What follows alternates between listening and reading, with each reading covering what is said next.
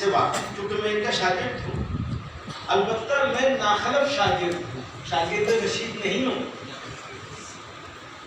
پر ہوں انہی کا شاگرد. تو انہوں نے بھی مجھے پڑھانے کے زمانے میں درسگاہ میں بھی پڑھایا ہے اور درسگاہ کے علاوہ بھی, اور پڑھانے کا ایسا شوق تھا مجھے پڑھانے کا کہ فرماتے تھے جو تمہیں وقت صحیح لگے اس وقت پہ تم میرے کمرے پہ آ جاؤ اپنی سہولت کے حساب سے.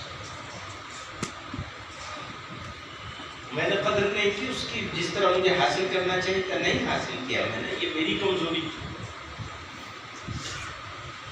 تو میں یہ عرض کر رہا تھا سادگی, تواضع اور طالب علم کے ساتھ تعلق, رشتہ, یہ تین چیزیں مل کر افراد سازی میں بڑا کردار ادا کرتی ہیں. ادارہ آج کل عمارتوں کے اوپر توجہ ہو گئی ہم لوگوں کی. اچھا مدرسہ وہ ہے جس کے پاس بڑی اور خوبصورت عمارت ہو. یقیناً بڑی اور خوبصورت اور اچھی عمارت ہونا بھی ضروری ہے, لیکن اس کو مقصد بنا لینا آپ کو آپ کے بنیادی مقصد سے منحرف کر دے گا. یقینی طور پر, امکانی طور پر نہیں, یقینی طور پر. اس کو مقصد بدل گیا, عمارت مقصد بن گئی. حالانکہ مقصد ہے افراد تیار کرنا.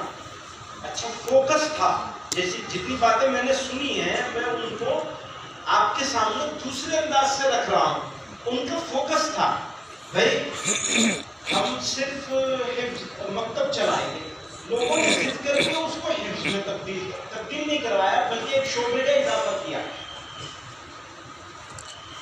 اب حفظ پر ہی آئے, تجوید تک رکھا اور اس سے آگے نہیں لے گئے. ورنہ آج کل تو ایسا ہو گیا کہ یہ شوق ہو گیا کہ کیسے بخاری شریف شروع کرائیں, یعنی دور حدیث شروع کرائیں. پہلی پرابلم.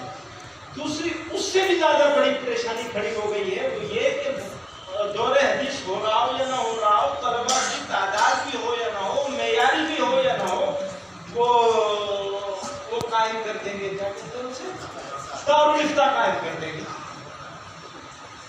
ارے صاحب آپ کم سے کم چیز سے پڑھائی لیجیے. تم یہاں کی کارگزاری سن کر, آج جتنی دیر میں بیٹھا رہا ہوں, کارگزاری سن کر لگا کہ یہ تو وہ طریقہ تھا جو ہمارے اکابر اور بزرگوں کا طریقہ تھا, اور یہی طریقہ ملک کے مدارس میں ہونا چاہیے.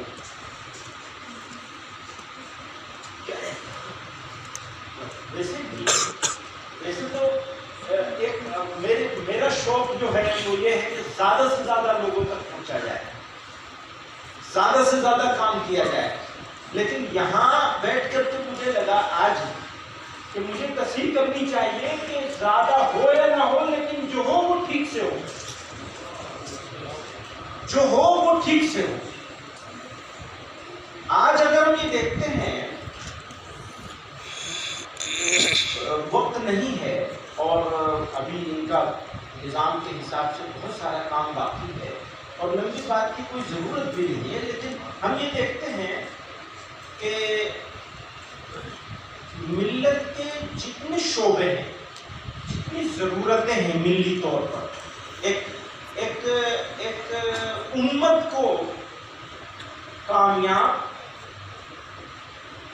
اور باعزت امت بنانے میں یا ملت بنانے میں جو لفظ بھی آپ استعمال کریں, جن چیزوں کی ضرورت ہے ان ضرورتوں کو علماء ہی پورا کر سکتے ہیں. دوسرا طبقہ جزوی ضرورتوں کو پورا کر سکتا ہے, لیکن بنیادی ضرورتوں کو علماء ہی پورا کر سکتے ہیں.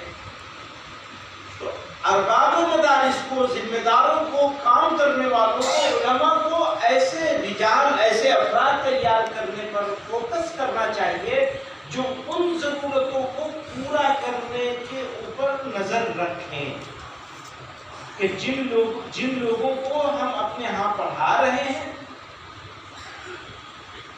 ان کے اندر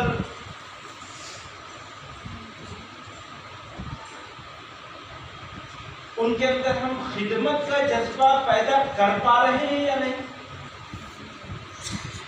کیونکہ جو خادم نہیں ہوگا وہ قائد نہیں ہو سکتا. قیادت کا راستہ، اور قیادت کا مطلب لیڈرشپ نہیں ہے، قیادت کا مطلب ذمہ داری ہے، جس کی طرف حضرت مولانا نے اشارہ کیا کہ یہ ذمہ داری کا دستار ہوگی. تو قیادت کا راستہ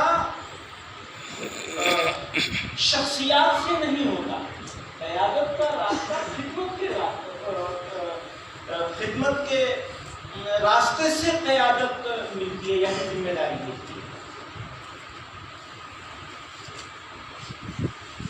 پتہ نہیں الفاظ میں ڈھونڈ رہا ہوں کہ اچھے الفاظ مل جائیں اس بات کو کہنے کے لیے. مفہوم تو آپ حضرات کی سمجھ میں آ ہی گیا ہوگا، کیونکہ آپ حضرات اپنے اپنے علاقوں میں، اپنے اپنی جگہوں میں اکثر لوگ آپ میں سے ایسے ہیں جو قائدانہ کردار ادا کر رہے ہیں اپنی استطاعت اور صلاحیت کے مطابق.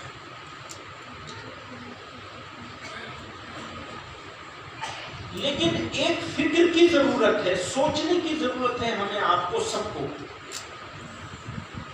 کہ جو ہم کر رہے ہیں کیا اس سے کچھ 10% اور زیادہ بھی کر سکتے ہیں یا